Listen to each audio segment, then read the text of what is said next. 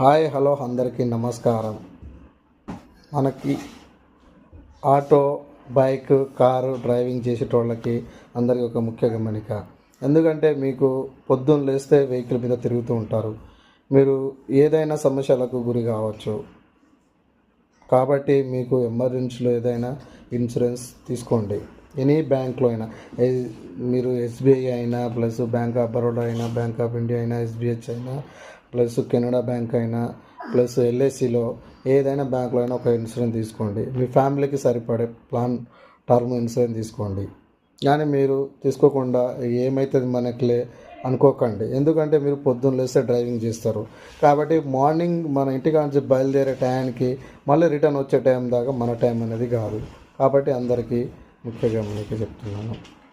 దీనికి తీసుకున్న వాళ్ళకు నా వీడియో లైక్ షేర్ చేసిన వాళ్ళకు చాలా ధన్యవాదాలు కోరుకుంటున్నాను.